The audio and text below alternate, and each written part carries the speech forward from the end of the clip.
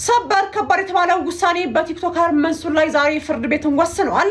ዛሬ እንደወጣ መረጃ ሆነ ማለት ነው በፌደራል ከፍተኛ ፍርድ ቤት ልደታ ምድብ ሁለተኛ የልዩ ወንጀል ችሎት በእነ አርቲስት ሰራዊት ፍቅሬ የክስ መዝገብ ተካተው ክስ በቀረበባቸው ቲክቶከሮችና እንዲሁም ደግሞ አርቲስቶች ጉዳይ ላይ ዛሬ ረፋድ ላይ በዋለው ችሎት ማለት ነው የቲክቶከር መንሱር ጀማል የዋስትና ጥያቄ ውድቅ ማድረጉን ገልጿል። ታዲያ ዘሀበሻ እንደገለጸው ከሆነ በዛሬው የችሎት ውሎ በዚህ የክስ መዝገብ የተካተቱት ሌሎች 6 ተከሳሾች ቀደም ሲል ማለት ነው ፍርድ ቤቱ በፈቀደላቸው የ400 ሺና እንዲሁም ደግሞ የ500 ሺህ ብር ዋስትና መሰረትን ከውጭ ሆነው የቀረቡ ሲሆን ማለት ነው ቲክቶከር መንሱር ጀማል ግን በማረሚያ ቤት ሆኖ ፍርድ ቤት ቀርቧል። ታዲያ ፍርድ ቤቱም ቀደም ባለው ቀጠሮ የሌሎችን ተከሳሾች ዋስትና ሲፈቅድ ማለት ነው በመንሱር ጀማል የዋስትና መብት ላይ ግን ክርክር ሰምቶ ውሳኔ ለመስጠት ለዛሬ ግንቦት 10 ቀን 2000 ተለዋጭ ቀጠሮ ወጥቶ የነበረ መሆኑ እንግዲህ ከዚህ ቀደም ተገልጾም ነበር። ታዲያ በዋስትና ክርክሩ ላይም አቃቤ ሕግም ጥብቅ መቃወሚያ ያቀረበ ሲሆን ማለት ነው ተከሳሽ በዋስ ቢወጣም ተመሳሳይ ወንጀል ሊፈጽም ይችላል እንዲሁም ደግሞ ቀደም ሲል በቁጥጥር ስር ሲውልም በመሻሽ ከፍተኛ ፍለጋ የተደረገበት በመሆኑ